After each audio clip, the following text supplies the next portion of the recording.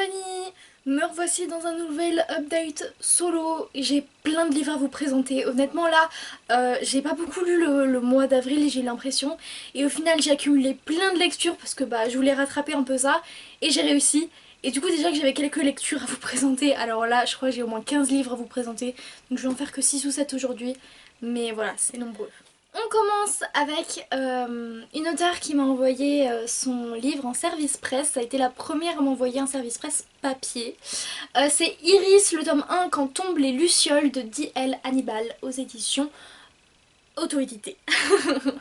Donc c'est l'histoire de Liam qui a 15 ans, on est dans un monde de fantasy et il y a une histoire de gemmes, de pouvoirs et de tabous parce qu'on n'a pas le droit de parler de ces gemmes et de ces gens qui ont des pouvoirs.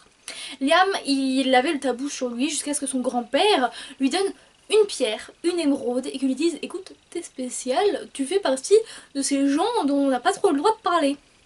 Et du coup Liam, il en sait rien de tout ce monde-là. Et quand il change d'école, il découvre une bande de gens comme lui. Et donc il va s'adapter à cette bande, de se faire plein d'amis. Donc ils sont 5 ou 6, quelque chose comme ça, j'ai la flemme de compter. Et voilà, il découvre un peu ça, il y a des méchants qui délivrent d'autres méchants de prison, qui sont un petit peu liés à Liam, tout ça, enfin voilà. Pour le moment, on voit qu'il y a un méchant, c'est un peu en parallèle dans un autre point de vue. C'est pas encore trop lié les deux. Il n'y a pas plein de combats en mode grosse baston entre les deux, mais je pense que c'est à venir. Après tout, c'est qu'un premier tome et l'auteur m'a dit qu'il était un petit peu introductif. Pour mon avis, c'est vrai que le début, c'était un peu long. J'ai eu du mal à rentrer dedans, je me demandais si on était vraiment rentré dedans ou si ça commençait seulement. Enfin, j'étais un peu perdue. C'est vrai que ça met du temps, on comprend pas tout. Les pouvoirs, j'étais en mode je comprends rien parce qu'en fait, je trouve que c'est un peu nouveau. Enfin, c'est nouveau toute cette histoire de gemmes, de pouvoir, de ce qu'ils ont, de connexion avec leurs pierres, tout ça. C'est spécial, c'est pas quelque chose qui existait avant, il me semble. Donc, le temps de comprendre un petit peu, c'est compliqué. Je suis même pas sûre encore d'avoir tout compris. Mais en tout cas, c'était un très bon livre. Donc, j'ai eu du mal au début, mais j'ai bien fait de persister. J'ai trouvé ça très sympathique au final. En fait, ce qui a fait que j'accrochais pas non plus au début, c'est que le premier ami que Liam se fait, je l'aime pas du tout. Mais genre, vraiment je l'aime pas. C'est un mec qui se met en colère en 2 secondes et qui veut te frapper, mais genre sans aucune raison. Donc je l'aime pas du tout, mais par contre, du coup, tous les autres personnages de la bande, soit j'ai trop hâte d'en apprendre plus sur eux, soit je les adore déjà. Donc Lulu, Charlie, Morgane, je les aime tous, je les aime trop. Cette bande de potes, vraiment, j'ai trop hâte de les découvrir un peu plus. Donc il y a 5 tomes. Et j'ai trop hâte de découvrir plus cette bande d'amis. C'est limite plus la bande d'amis qui m'intéresse, plus que les pouvoirs. Même si j'avoue qu'il se passe quand même des grosses choses, même à la fin. À la fin, il y a un truc, vous n'êtes même pas prêts. Moi, en tout cas, j'étais pas prête. Ce qui a fait que j'ai eu un petit peu de mal à rentrer dedans, c'est le fait qu'il y ait beaucoup de personnages d'un coup, qu'il y ait beaucoup d'éléments à absorber parce que c'est un nouveau monde quand même, c'est de la fantasy, même si ça ressemble au monde qu'on connaît, c'est quand même de la fantasy parce que ses pouvoirs sont omniprésents et sont des habitués, on va dire, donc c'est pas du fantastique. Mais donc ça faisait un peu trop, mais dès qu'on est adapté, là c'est beaucoup mieux quoi. Même si on apprend toujours au fur et à mesure du livre, mais je pense qu'au fur et à mesure de la saga ça va aller beaucoup mieux sur cet aspect là. La plume est très fluide, c'est ça qui fait qu'on comprend bien ce qui se passe, les événements, tout ça. C'est juste un petit peu dur de retenir tous les trucs, mais la plume qui fait que c'est fluide, fait que c'est facile à comprendre. Donc au début j'ai trouvé la bande de potes vachement extravagante. J'étais un peu en mode ouais c'est quoi cette bande, mais au fur et à mesure en fait on apprend pour chaque personnage un peu plus profond sur leur passé, sur tout ça, et donc là je me suis genre grave attachée et j'ai trop aimé vraiment les personnages. Mais Lulu en plus, Lulu elle est tellement mignonne et ça se voit qu'il y a tellement des choses à approfondir sur elle et j'ai trop hâte. C'est surtout pour les 150 dernières pages où là c'était tellement haletant. J'étais trop à fond dedans, donc c'était vraiment super. Et puis à la toute fin je vous dis, il s'est passé un truc, je m'y attendais pas du tout. Mais alors là quand j'ai vu ça j'étais en mode ah ouais, bon tu vas pas de main morte toi. Du coup voilà, donc c'était une très belle découverte, j'ai beaucoup aimé. Les tomes sont à 15,90 €, donc voilà, c'est une auteure qui s'auto-édite.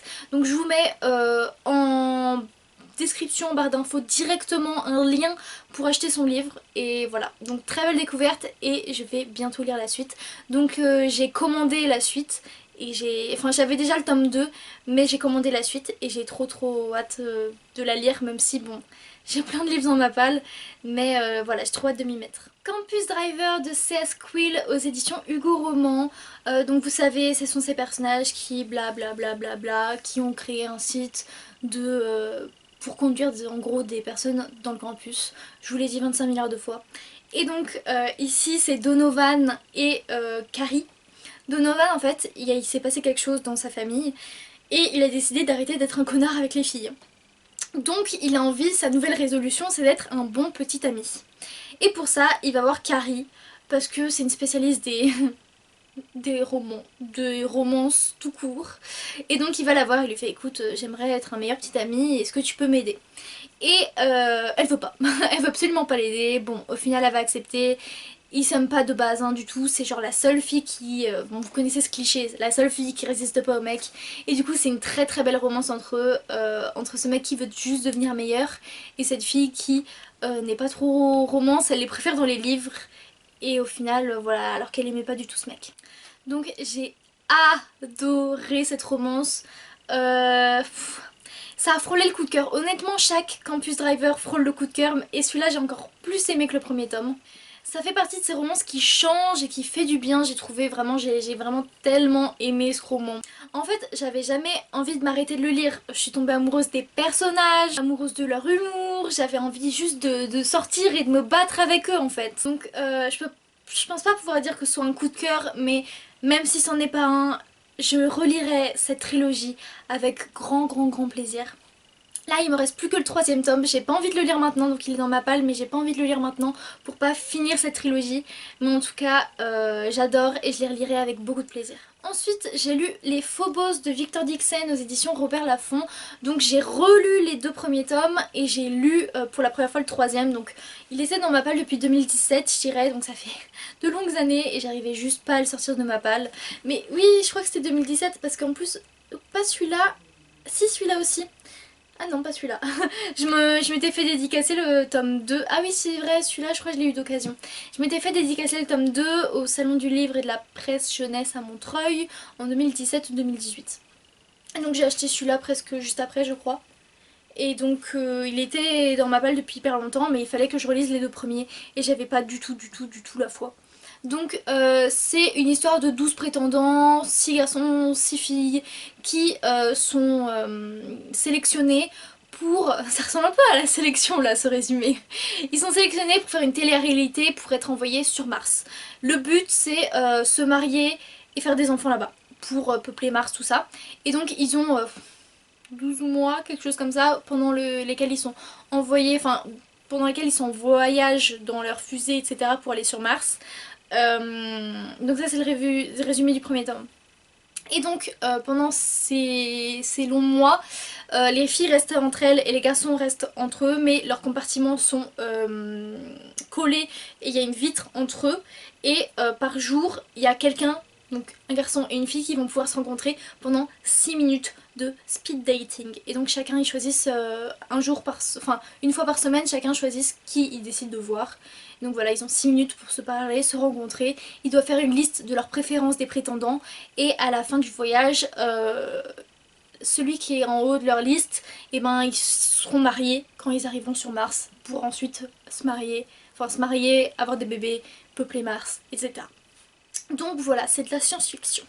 Pour le premier tome, j'ai noté que c'était sympa, très prenant, que ça se lisait vite, qu'il y avait différents points de vue qui m'ont moins dérangé que la première fois que j'avais lu Phobos. Donc voilà, je sais que la première fois que j'ai lu Phobos 1, il y a des points de vue, je m'en foutais totalement. Et là, ça m'a fait beaucoup moins déranger dans cette relecture.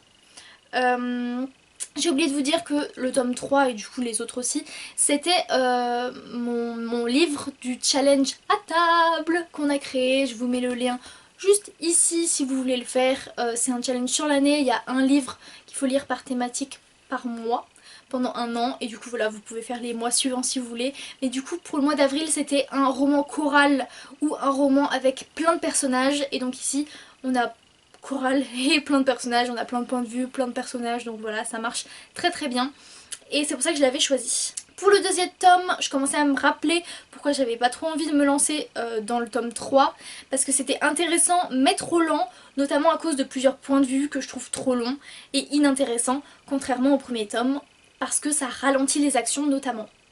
Voilà, donc parfois je me suis un peu ennuyée quoi, j'attendais, j'avais envie de passer les pages, voilà quoi. Et le troisième tome qui est beaucoup plus gros, pareil les moments intéressants se font trop rares, trop de points de vue qui m'intéressent moins, même s'il se passe des choses aussi de leur côté, c'était pas ce qui m'intéressait principalement. Donc voilà, il a beau se passer plein de choses de tous les côtés, je décroche un peu les points de vue chaîne Genesis. Au début ils étaient hyper intéressants parce que c'était là-dessus qu'on voyait les speed dating dans le premier tome, mais dans les deuxième et troisième tomes je voyais pas vraiment l'intérêt, donc je les trouvais beaucoup moins intéressants et que c'était dommage qu'ils soient toujours là en fait. Donc j'avais du mal à rentrer dedans, même si c'était quand même intéressant, il se passait des choses mais j'avais du mal à rentrer dedans. Parfois qu'il y avait trop de descriptions techniques que je comprenais pas, et ça c'était ce que je reprochais au premier tome la première fois que je les avais lus. Donc là je les reprochais pas au premier tome mais à celui-ci. Peut-être que c'est à la première lecture, les trucs techniques ça m'embrouille. Donc voilà. Donc même si je me suis beaucoup ennuyée, ce roman il était quand même plein de rebondissements, et vers la fin des 100 dernières pages c'était super haletant. J'étais vraiment à fond. À la fin j'aurais clairement pu pleurer, mais je sais pas pourquoi ça n'a pas été le cas, alors que clairement je pensais que j'allais pleurer à la fin, genre vraiment la fin.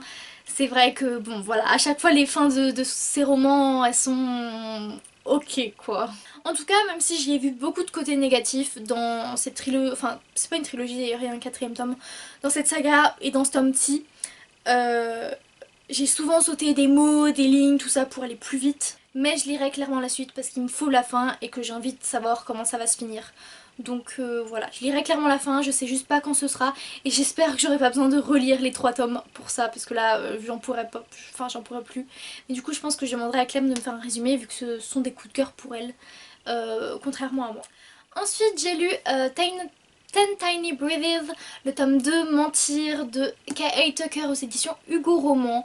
Donc le premier roman, je vous en avais déjà parlé, c'est cette fille qui dans un accident de voiture perd sa meilleure amie, son copain, ses 2 parents, et voilà, des années plus tard elle s'en remet toujours pas, et du coup sa sœur et elle, sa sœur qui est plus jeune, elles sont avec leur oncle et leur tante, sauf que ça se passe pas super bien, et du coup au début elles déménagent et elles vont dans un nouvel appartement, tout ça, toutes les deux. Donc elle change d'environnement, de vie, tout ça. Et on voit comment elle s'adapte, on voit comment la fille, l'héroïne au début, donc dans le premier tome, elle se remet de ce traumatisme alors que ça fait des années, elle s'en remet plus, mais sa sœur elle a besoin d'elle. On voit comment elles se font une amitié avec leur voisine, on voit une petite romance avec le voisin, enfin voilà, on voit le monde du striptease également, le monde de... enfin on voit un peu tout ça. Et là c'est le tome 2, donc c'est avec la petite sœur qui rentre à l'université et c'est hyper drôle parce qu'elle est super innocente et on voit comment sa sœur qui elle est toute pétillante, tout ça, qui n'a peur de rien, elle essaie un peu de la dévergonder parce qu'elle trouve que sa petite sœur elle est trop sage, et voilà, je trouve ça hyper drôle. Donc j'ai beaucoup aimé ce livre, j'ai adoré retrouver Livy, donc c'est la petite sœur, vraiment j'ai adoré ce personnage, et c'était trop cool de voir du coup le personnage du premier tome mais d'un autre point de vue que le sien. Donc là vraiment c'était cool de la voir dans les yeux de cette petite sœur. J'avais l'impression que c'était pas comme les autres livres où vous savez, par rapport au tome suivant, à chaque fois on change de personnage et on revoit vite fait les premiers pour dire que tout va bien, que c'est merveilleux, tout ça. Ça le fait un petit peu ici, mais j'ai l'impression que sa sœur elle est beaucoup plus présente que juste dans ces romans là, et j'ai trouvé ça bien, voilà, qu'elle soit vraiment présente comme un personnage à part entière et pas juste voilà, je vous remonte le personnage du premier tome, vous êtes content? Non vraiment là j'ai trouvé que c'est bien adapté, on revoyait vraiment sa sœur de temps en temps, même si bah elle est pas à la fac avec elle, mais voilà, je trouvais ça super bien. Par contre, il y a un truc qui m'a vraiment rebutée, c'est dès la première rencontre du mec et de Livy dans ce tome-ci, ils l'embrassent de force et ils en rigolent. Et en fait, ils montrent pas ça comme un agressement sexuel. Je suis désolée, quand on t'embrasse de force alors que t'étais pas d'accord, c'est une agression sexuelle. Donc ça m'a pas du tout plu qu'ils en rigolent, tout ça, j'étais en mode bah non en fait, c'est pas drôle. Donc ça m'a pas plu, ça c'était un gros moins par contre. Donc elle réagit pas forcément bien à ce moment là, elle lui fout un coup de poing dans la gueule, mais au final tout le monde dit que c'est parce qu'elle est prude, tout ça, et j'étais vraiment en mode bah non, non en fait. ça se fait juste pas. Donc le fait qu'elle puisse aimer et sortir avec ce mec après, alors que tout a commencé par une agression sexuelle, j'avoue ça m'a rebuté, mais après l'histoire elle était tellement belle que bon voilà j'ai un petit peu oublié. Mais c'est vrai que quand ça a commencé par ça, ça m'a pas plu. Après voilà, ce roman il était beaucoup moins profond et touchant que le premier tome, donc il m'a moins plu, mais il m'a plu quand même fortement, c'était une très belle romance, c'était un très bon roman, mais c'est vrai qu'il était moins profond et touchant que le premier tome, que Respire, je vous le conseille vraiment vraiment vraiment, il est dur, il est poignant, profond, beau. Lui il est un peu moins parce que elle a moins été touchée par l'accident de ses parents, puis elle a pas perdu son petit copain et sa meilleure amie elle, donc c'est moins profond, moins touchant.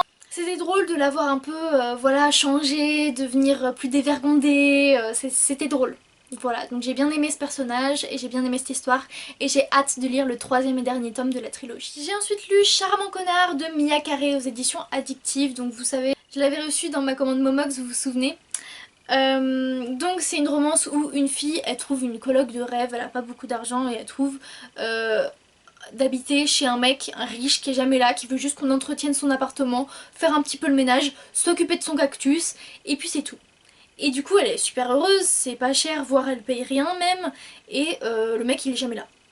Jusqu'au moment où il y a une fête, elle s'enferme dans le placard de ce mec là parce qu'elle a un peu peur des fêtes tout ça, et ce mec en fait est rentré chez lui, il trouve la fête, il veut juste se changer, aller dormir parce qu'il y a le décalage horaire tout ça, il trouve cette meuf dans son placard, qui sait pas du tout qui il est, genre elle sait pas que c'est lui le propriétaire, et du coup bah il ouvre le placard et ils rigolent ensemble, ils finissent par parler ensemble et ils finissent par bien s'entendre, et le lendemain elle découvre qu'en fait c'est lui le propriétaire, et du coup elle était en mode ah ouais. Enfin voilà, vous savez que ce livre m'intéressait fortement parce que c'est une colocation, et j'adore les colocations, enfin les romances en colocation. Et donc forcément tous les livres un peu comme ça, j'adore les lire. Donc si vous avez des romances en colocation, je vous écoute en commentaire des suggestions. Donc là j'ai trouvé que les circonstances qui font qu'elle habite dans l'appart quand même, c'est du n'importe quoi. Genre ça arrive pas dans la vraie vie, mais bon c'était drôle. Mais c'était pas réaliste quoi. Dès le début j'ai beaucoup accroché avec les personnages que j'ai trouvé très amusants. Il me semble qu'on alterne entre les points de vue de mémoire. Et au final, même si au début j'ai beaucoup accroché avec les personnages, et après au final je trouvais que ça allait trop vite, que c'était bien mais sans plus. Je m'attendais un petit peu à mieux en fait. L'histoire elle était bien avec des dramas, des histoires familiales, tout ça, mais en fait tout le long je me suis dit ouais c'est pas mal mais sans plus. Donc c'est basique, j'accrochais, ça allait, mais c'était basique quoi, c'était en mode ouais bah ok. Ok. Voilà, parce que c'était mignon, c'était un petit peu émouvant, mais j'ai trouvé qu'il manquait quelque chose, il manquait le petit truc qui fait que c'est une vraie bonne lecture, une vraie pépite. Je pense que le fait que je ressente ça, c'est parce que ça allait un petit peu trop vite entre eux. J'ai trouvé qu'on n'avait pas assez de dialogue entre eux, que trop vite ils se mettaient à avoir des sentiments, et que voilà on n'avait pas assez de dialogue, pas assez de moments l'un avec l'autre, tout ça, et je pense que c'est ce qui m'a un petit peu manqué et qui a fait que c'était pas une très bonne lecture. Ensuite j'ai continué la série Covenant de Jennifer L. Armentrout aux éditions J'ai lu avec le tome 3 qui s'appelle Éveil. Vous savez cette histoire avec je me rappelle jamais comment s'appellent ces gens qui ont des pouvoirs. Moi ça me fait toujours penser à des vampires, mais je sais que c'est pas des vampires, mais... Enfin bref, vous savez, c'est la série contre laquelle je me suis énormément énervée parce que le tome 1 ressemble à Vampire Academy et que je ne vous le dirai jamais assez. Donc c'est une fille qui avait fui son Covenant, sauf que sa mère est morte. Et du coup elle est légèrement rentrée là-bas, et puis du coup elle a dû reprendre sa formation, sauf que... bah, elle a un peu perdu tout ça, tout le temps où les autres se sont entraînés sans elle, donc elle doit reprendre des entraînements perso, tout ça, donc elle craque un petit peu sur son entraîneur, on voit ses amis, on voit ce monde avec... C'est un peu des démons, je sais plus comment ça s'appelle, vraiment les noms fantastiques, je retiens pas, il y en a tellement au fur et à mesure des livres que je retiens plus. Mais voilà, il y a un petit peu tout ça, et puis au final il y a un Apollyon qui arrive. Et donc c'est surtout concentré sur l'Apollyon, les suites des livres. Enfin, c'est vraiment un personnage important, même si on le voit pas dès le début du premier tome. Enfin voilà. Donc je préfère quand même parler de cet Apollyon, qui est un personnage très important. Donc ici on le voyait beaucoup. Et bah en fait il m'a grave énervé dans ce tome-ci. Il m'a grave énervé alors que dans le tome 2 j'avais adoré l'Apollyon, j'étais commencé à être en mode ah ouais il est trop cool et tout. Dans ce tome-ci j'étais en mode C'est sérieux? J'avais trop hâte de lire ce tome-ci parce qu'on commençait à en apprendre plus sur ce mec qui s'appelle Seth. Et 7 à 8. Mais là en fait il m'a juste trop saoulée. En plus je m'ennuyais. J'avais du mal à rentrer dedans. Au bout de 100 pages, j'étais toujours pas dedans. 100 pages sur 460. À un tiers du livre, je trouvais que ça tournait en rond, que ça n'avançait pas. Non, clairement, je l'avais trouvé beaucoup moins bon que les précédents. Et déjà, c'était pas ouf les précédents, mais en fait, j'ai juste envie de connaître cette histoire, tout ça, mais ils sont pas ouf. Je vous le dis, de mon avis, c'est que ces livres ne sont pas ouf. Aussi, quelque chose de très particulier, je trouvais qu'il n'y avait pas assez de dit-elle, répondit-il, etc. Et parce que parfois dans les dialogues je me perdais et je savais pas qui disait quoi et j'étais en mode... Bon, au final ce tome-ci donc il était pas génial, clairement pas ouf, les personnages ils m'ont un peu énervé, ça tournait en rond, c'était... En fait je me suis ennuyée. Donc je me dis peut-être que c'est parce que c'est le tome 3, c'est celui qui est au milieu des 5 tomes. J'ai déjà acheté le tome 5, j'attends d'acheter le tome 4, de le trouver pas trop cher. Mais voilà, donc je continuerai, vraiment j'ai envie de connaître la fin de cette histoire, mais je vous la conseille pas vraiment. J'avais bien aimé le deuxième tome, mais je trouve que c'est pas ouf. Et j'ai vu les avis de quelqu'un qui disait que bah, c'était pas ouf non plus les tomes 4 et 5. Pour finir, il s'agit de mon avis sur Les apparences sont trompeuses, le premier livre de Katie Lina aux éditions BMR. Parce que voilà, je fais partie des partenaires BMR de 2021. Et donc en fait, ils m'envoient des e-books, enfin c'est moi qui les demande et ils m'acceptent. Et donc ils me les envoient. Et donc j'avais demandé Les apparences sont trompeuses. C'est l'histoire d'un mec qui cache un secret, on sait pas trop pourquoi, mais il a mené un pari, un pacte avec sa mère. Peut-être avec ses parents, mais avec sa mère principalement. Et il doit réussir à décrocher un job dans une entreprise, un haut job. Et voilà. Donc il arrive dans cette entreprise et en fait la meuf qui veut le même boulot que lui est hyper compétitive tout ça, mais... il l'aime bien et il la déteste en même temps. Donc en fait c'est une romance, il y a du sexe, BMR c'est un peu comme Hugo Roman. Donc voilà, il y a du sexe, c'est une romance, un monde super compétitif, ils veulent tous les deux le même job. On voit un petit peu la partie du job, donc ça j'ai bien aimé quand ils détaillaient un petit peu les présentations, tout ça c'était sympathique. C'est assez court, sur ma liseuse ça faisait 215 pages, donc c'est court quand même, ça se lit vite. J'ai beaucoup aimé ce roman qui est du coup en premier tome et en fait en le lisant j'avais oublié ou je ne savais pas que c'était un premier tome. Donc j'ai été assez surprise à la fin parce que bah, du coup c'est pas une vraie fin vu que bah, c'est une fin de premier tome quoi. J'ai beaucoup aimé le personnage de James qui est un personnage que j'ai trouvé sincère, que j'ai trouvé assez loyal quand même, que j'ai trouvé bon, que j'ai bien aimé sa combativité parce qu'il veut vraiment obtenir ce job. J'ai bien aimé, mais par contre j'ai moins accroché avec la fille, mais je comprends ses réactions. En fait elle est vraiment dans... elle est très froide, elle veut pas s'approcher de lui, tout ça. Et je sais que d'autres personnes qui ont lu ce roman lui ont reproché en disant que la fille était totalement imbuvable, etc.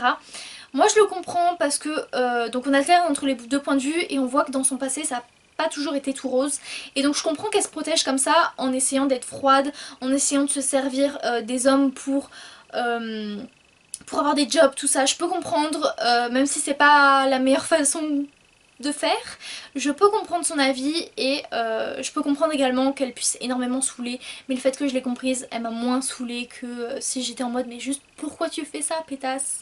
J'ai trouvé la fin du premier tome assez belle et elle m'intrigue assez, donc je lirai le deuxième tome quand il sortira, je sais pas trop quand parce que ce livre est sorti il y a quelques mois maximum, donc voilà, c'est assez dans les nouveautés, je sais pas quand le tome 2 sortira. J'avoue que parfois je zappais un petit peu les scènes de sexe, pas parce qu'elles étaient gênantes ou quoi que ce soit, c'était assez bien écrite, mais c'est juste qu'il y en avait un petit peu trop pour moi et je voulais juste, enfin à partir d'un moment parce qu'elles mettent quand même un petit peu de temps à arriver, juste parce que bah c'était plus l'intérêt, enfin ce qui se passait vraiment entre les personnages que j'avais envie d'avancer, donc j'ai un petit peu zappé, mais voilà, c'était un bon roman, j'ai beaucoup aimé le personnage de James du coup, c'était pas un truc hyper développé non plus comme les livres romans que je lis, mais c'était pas mal non plus, donc voilà, je vous le conseille. C'en est fini avec cette vidéo, j'espère qu'elle vous aura plu, je vous souhaite de joyeuses lectures, n'hésitez pas à mettre un petit pouce en l'air et un commentaire, et je vous dis à bientôt. Ciao!